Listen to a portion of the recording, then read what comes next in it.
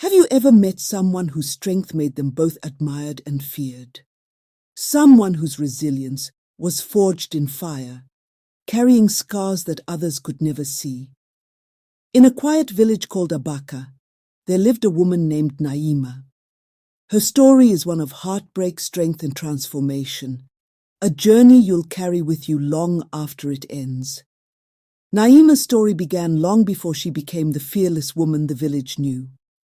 As a child, she lived in a small rundown house on the edge of Abaka. Her father, Kasim, was a man of towering presence and fiery temper. He wasn't just feared by his family, but by anyone who crossed his path.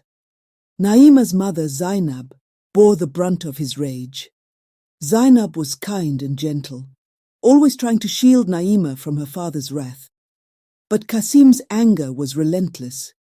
Naima often hid behind the wooden door of her tiny room, her small frame trembling as she listened to her father's shouts and her mother's cries. One fateful evening, Kasim's temper reached a devastating peak. Zainab, heavily pregnant with what would have been Naima's sibling, stood up to him for the first time.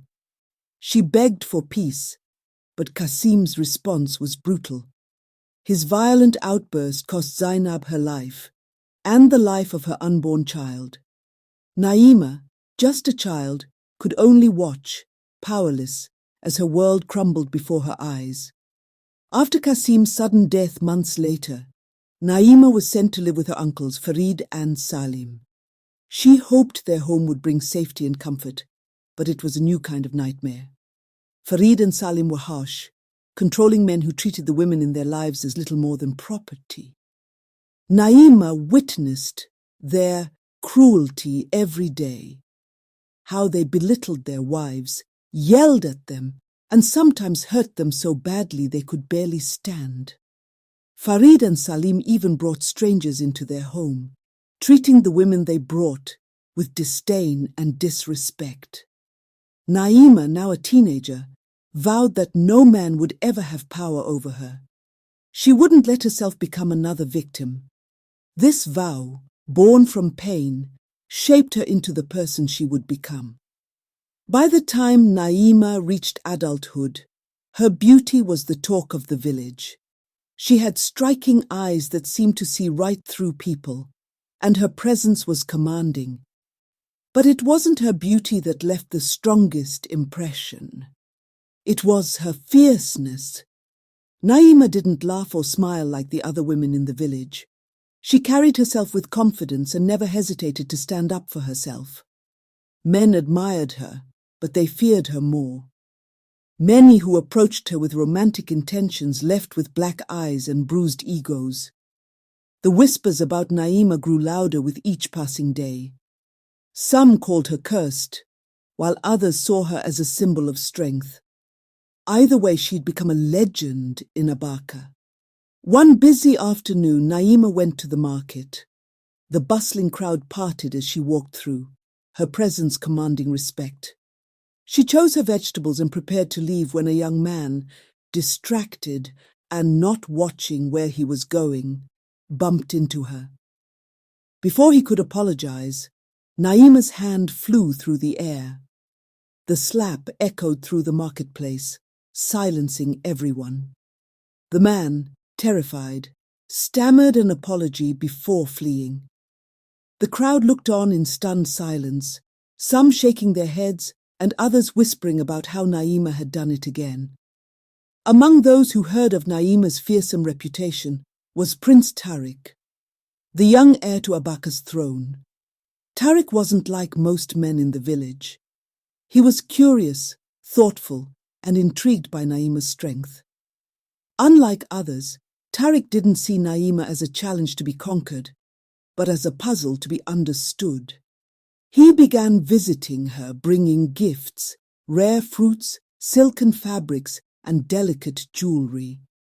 Naima, cautious as ever, accepted his offerings but kept him at arm's length. The village buzzed with rumors. Could the prince be the one to win Naima's heart? Or would he face the same fate as the others? One evening, Tariq invited Naima for a walk by the stream. The setting was serene, with the sound of water flowing over smooth stones and the golden light of the setting sun casting long shadows.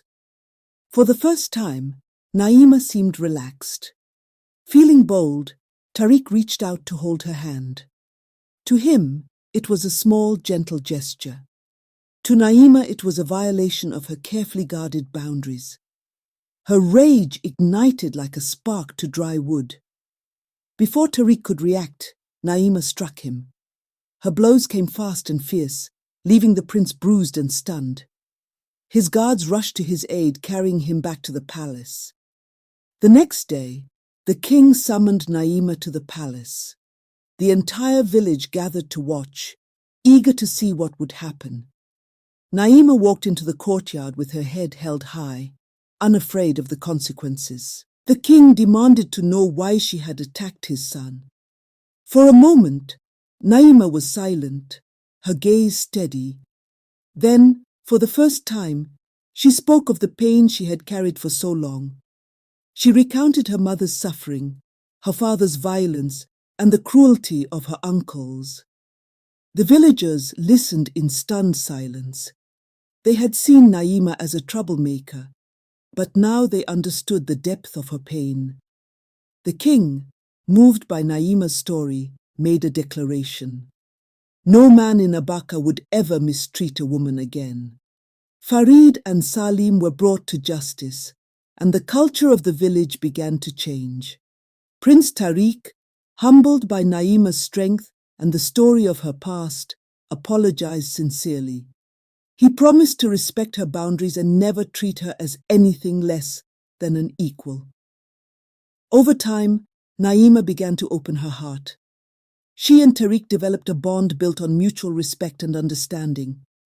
When they finally married, it wasn't because Naima had been tamed, but because she had found someone who valued her for who she was. Naima's story became a legend, told for generations in Abaka. It was a tale of pain turned into strength, and strength into transformation. Her journey reminded everyone of the power of resilience and the importance of respect. With that said, thanks for watching, and until next time.